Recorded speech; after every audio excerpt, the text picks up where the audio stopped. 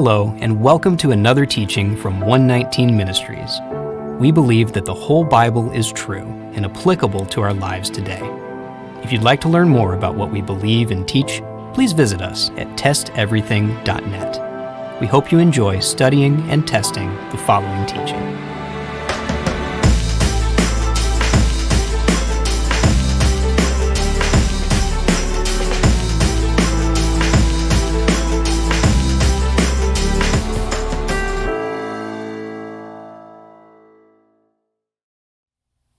Welcome back to our study on the book of Daniel.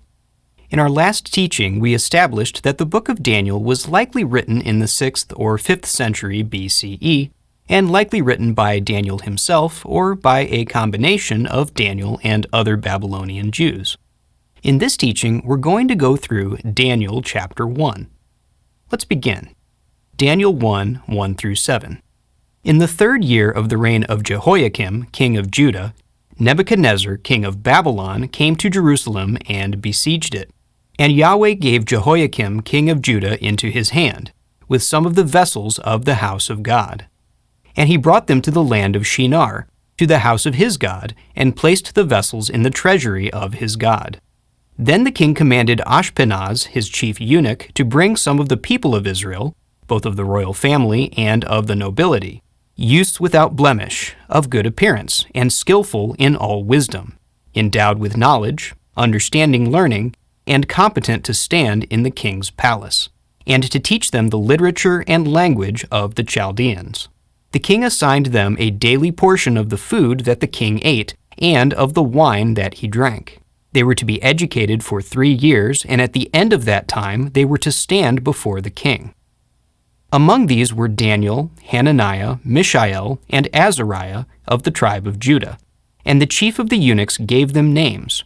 Daniel he called Belteshazzar, Hananiah he called Shadrach, Mishael he called Meshach, and Azariah he called Abednego. So Nebuchadnezzar, the king of Babylon, attacked and conquered Jerusalem, raided the temple, and took young men, including Daniel, from the Judean aristocracy as captives to Babylon. For 3 years, these young men would be served the king's food and given an elite Babylonian education in order to become advisors in the king's court. Before we read any further, we should address 2 important questions. First, how did the Jews end up being conquered and taken captive to Babylon? And second, why did God allow this to happen? To answer the first question, we'll go back in history just a little bit. Around 930 BCE, Israel was split into 2 kingdoms, Israel and Judah. In 722 BCE, after conquering Babylon and most of the rest of the Near East, the nation of Assyria conquered Israel and took most of the Israeli population into captivity. In 625 BCE, Nabopolassar, the king of the city of Babylon, made an alliance with the kingdom of the Medes. Together, those 2 kingdoms revolted against Assyria and gained their independence. They then proceeded to conquer most of the Near East themselves. In 608 BCE, Nebuchadnezzar, who was the son of Nabopolassar, led the Babylonian army to Judah, as we read in Daniel 1:1. So that's how it came to be that many Jews, including Daniel, were captured by the Babylonians. But why did God allow this to happen? Israel was God's chosen people, and the land of Canaan was their promised inheritance. Why were most of them taken away from their land by Assyria, and the rest of them taken away by Babylon? Why didn't God protect them and keep them in the land that He had promised to them? The prophets give us an answer. This exile and captivity of the Hebrew people was foretold by Isaiah. He says this, Isaiah 39, verses 5 through 7. Then Isaiah said to Hezekiah, "Hear the word of Yahweh of hosts. Behold, the days are coming when all that is in your house, and that which your fathers have stored up till this day, shall be carried to Babylon. Nothing shall be left, says Yahweh. And some of your own sons, who will come from you, whom you will father, shall be taken away, and they shall be eunuchs in the palace of the king of Babylon." In fact, long before Isaiah's time, Moses prophesied the same thing. Deuteronomy 28, verse 36. Yahweh will bring you and your king whom you set over you to a nation that neither you nor your fathers have known. Moses also explained why this would happen. Deuteronomy 28:45. All these curses shall come upon you and pursue you and overtake you till you are destroyed, because you did not obey the voice of Yahweh your God to keep his commandments and his statutes that he commanded you. So, disobedience, sinning against Yahweh, was the reason that Israel would be taken captive by a foreign nation. Other scriptures tell us that the specific sin of idolatry, worshiping other gods, was one of the major things that would cause Israel to lose their promised land. Deuteronomy 4:25-27. When you father children and children's children and have grown old in the land, if you act corruptly by making a carved image in the form of anything, and by doing what is evil in the sight of Yahweh your God, so as to provoke him to anger, I call heaven and earth to witness against you today, that you will soon utterly perish from the land that you are going over the Jordan to possess. You will not live long in it, but will be utterly destroyed. And Yahweh will scatter you among the peoples, and you will be left few in number among the nations where Yahweh will drive you. And Ezekiel 6, verses 3-10. You mountains of Israel, hear the word of the Lord Yahweh. Thus says the Lord Yahweh to the mountains and the hills, to the ravines and the valleys. Behold, I, even I, will bring a sword upon you, and I will destroy your high places. Your altars shall become desolate, and your incense altars shall be broken. And I will cast down your slain before your idols. And I will lay the dead bodies of the people of Israel before their idols, and I will scatter your bones around your altars. Wherever you dwell, the cities shall be waste, and the high places ruined, so that your altars will be waste and ruined, your idols broken and destroyed, your incense altars cut down, and your works wiped out. And the slain shall fall in your midst, and you shall know that I am Yahweh. Yet I will leave some of you alive, when you have among the nations some who escape the sword, and when you are scattered through the countries, then those of you who escape will remember me among the nations where they are carried captive, how I have been broken over their whoring heart that has departed from me, and over their eyes that go whoring after their idols. And they will be loathsome in their own sight for the evils that they have committed, for all their abominations. And they shall know that I am Yahweh. I have not said in vain that I would do this evil to them. So Yahweh warned well in advance that the people of Israel would be taken captive by a foreign nation, and that this would happen in large part because of Israel's idolatry. It turns out that Israel and Judah had been disobedient to Yahweh's commandments in the years leading up to Daniel's captivity, and idolatry had been a major part of that disobedience. Here's what Jeremiah says in Jeremiah 1, verses 15-16. For behold, I am calling all the tribes of the kingdoms of the north, declares Yahweh, and they shall come, and every one shall set his throne at the entrance of the gates of Jerusalem, against all its walls all around, and against all the cities of Judah. And I will declare my judgments against them, for all their evil in forsaking me. They have made offerings to other gods, and worshipped the works of their own hands. Jeremiah 11, 9-13. Again Yahweh said to me, a conspiracy exists among the men of Judah and the inhabitants of Jerusalem. They have turned back to the iniquities of their forefathers, who refused to hear my words. They have gone after other gods to serve them. The house of Israel and the house of Judah have broken my covenant that I made with their fathers. Therefore, thus says Yahweh, behold, I am bringing disaster upon them that they cannot escape. Though they cry to me, I will not listen to them. Then the cities of Judah and the inhabitants of Jerusalem will go and cry to the gods to whom they make offerings, but they cannot save them in the time of their trouble. For your gods have become as many as your cities, O Judah, and as many as the streets of Jerusalem are the altars you have set up to shame, altars to make offerings to Baal. Jeremiah 5:19. And when your people say, "Why has Yahweh our God done all these things to us?" You shall say to them, "As you have forsaken me and served foreign gods in your land, so you shall serve foreigners in a land that is not yours."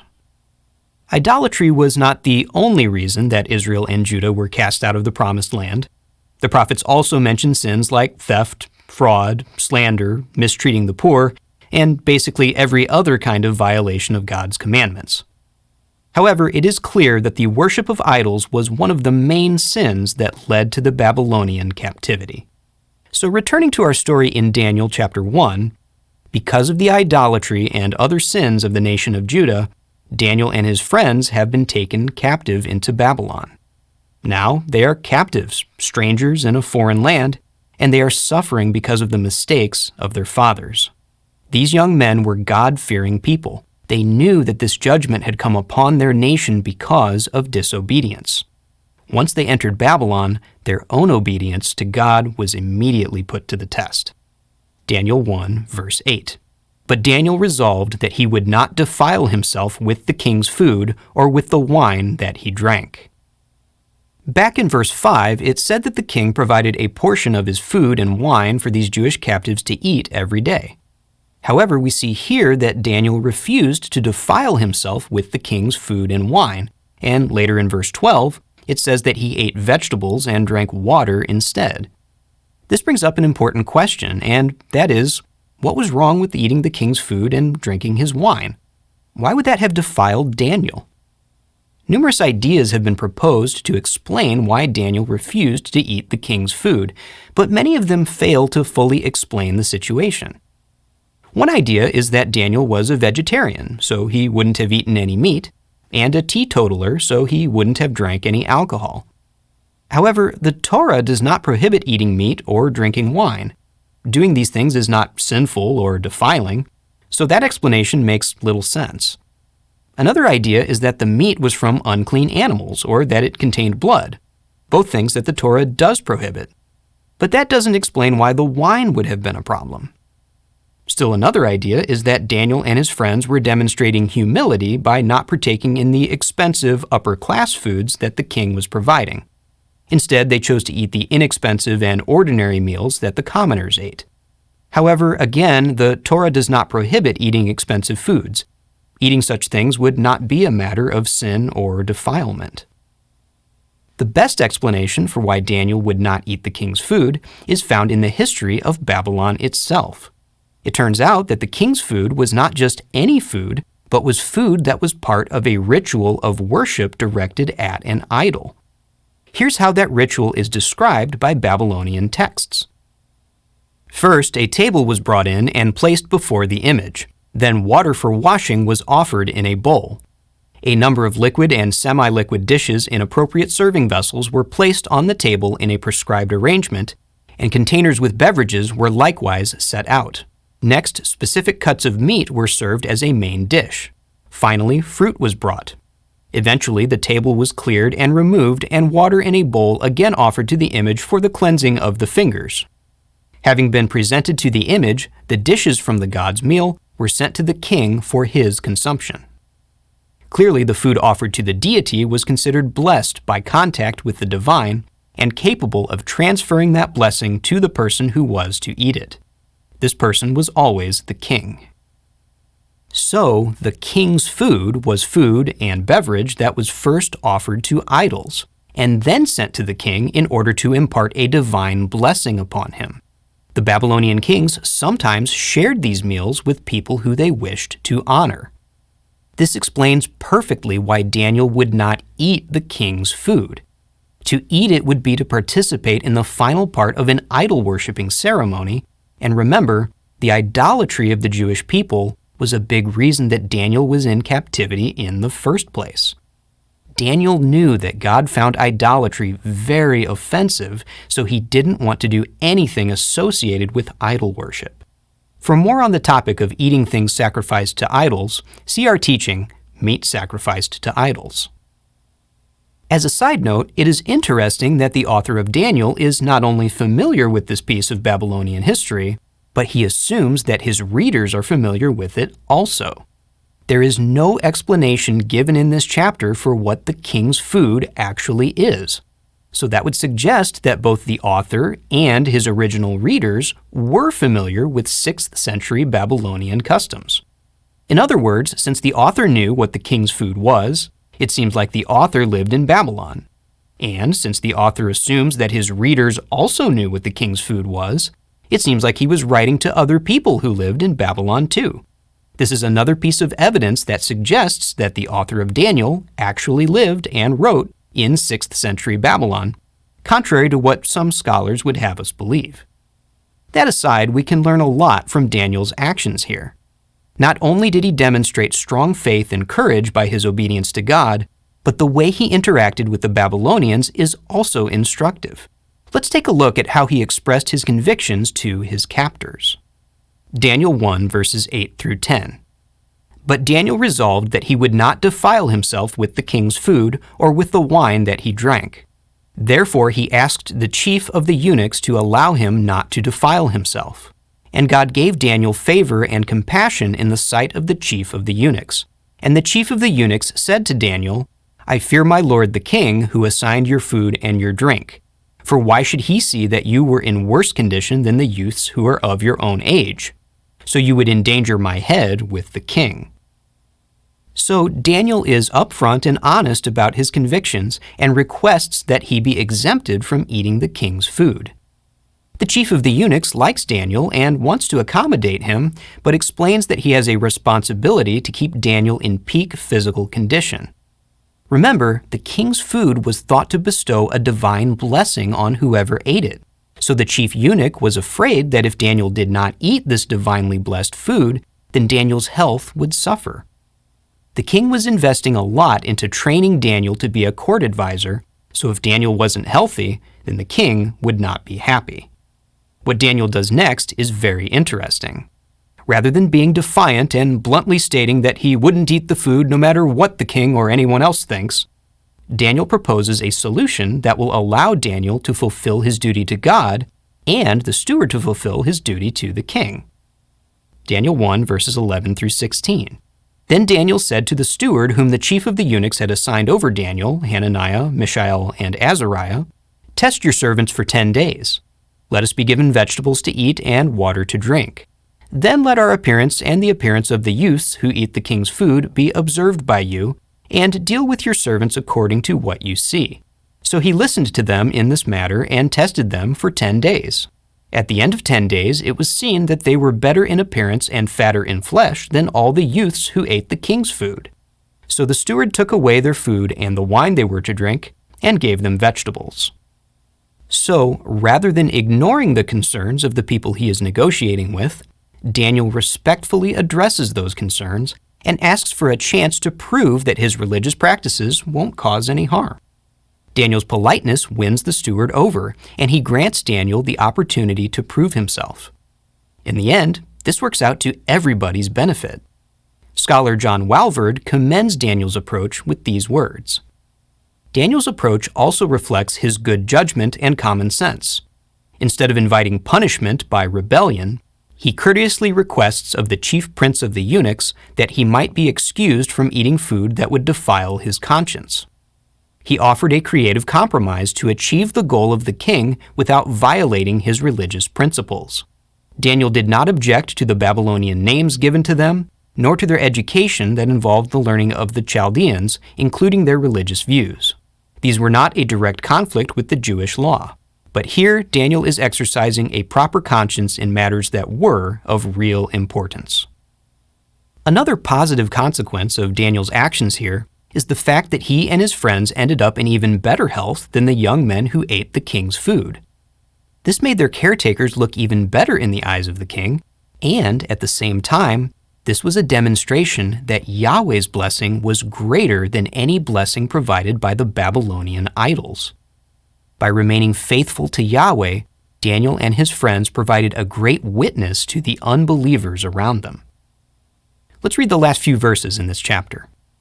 Daniel 1, verses 17 through 21. As for these 4 youths, God gave them learning and skill in all literature and wisdom, and Daniel had understanding in all visions and dreams. At the end of the time, when the king had commanded that they should be brought in, the chief of the eunuchs brought them in before Nebuchadnezzar. And the king spoke with them, and among all of them none was found like Daniel, Hananiah, Mishael, and Azariah. Therefore they stood before the king. And in every matter of wisdom and understanding about which the king inquired of them, he found them 10 times better than all the magicians and enchanters that were in all his kingdom. And Daniel was there until the first year of King Cyrus. In the scriptures, many times there will be a few verses at the beginning of a story that briefly summarize the entire story. Genesis 1:1 is a great example of this. It says, "In the beginning, God created the heavens and the earth," which is a very brief summary of the story that comes next. The rest of Genesis chapter 1 describes the details of how God created the heavens and the earth. These last verses in Daniel chapter 1 are doing the same thing. They're providing a very brief summary of what is about to happen to Daniel and his friends over the course of the next 60 to 70 years. In the next few chapters of the book of Daniel, we will read the details of how the king found them to be 10 times better than all of the magicians and enchanters. What can we learn from this first chapter of the book of Daniel? Daniel gives us a great lesson in how to remain faithful to God without offending the unbelievers who might be inconvenienced by our convictions. When Daniel was faced with a situation that he could not compromise, he explained his position and politely requested that he be accommodated. When he was refused, he offered a reasonable solution that allowed Daniel to have a clear conscience, but also addressed the concerns and fears of the steward. God gave Daniel favor with the steward, and everything worked out great, probably even better than Daniel had imagined. We can use this same approach today. For example, perhaps an unbelieving employer wants us to work on the Sabbath. Obviously, we should obey God rather than men, but we can take a cue from Daniel about how to potentially make the situation work. We can explain to our employer why we need that day off and respectfully ask to be accommodated. If we are refused, then we can offer an alternative that sincerely addresses their concerns. So if the employer is concerned that if we keep the Sabbath, then not enough work will get done, then perhaps we could offer to work overtime on a different day of the week. We could ask them to try it out for a few weeks and see if enough work is getting done to justify our day off. They just might be surprised at how well things turn out for them. Daniel gives us a great example of how to maintain our faith in a hostile world by negotiating with and ultimately blessing the unbelievers around us. In the next teaching in this series, we will examine chapter 2 of the book of Daniel. We hope to see you there. We pray you've been blessed by this teaching. Remember, continue to test everything. Shalom.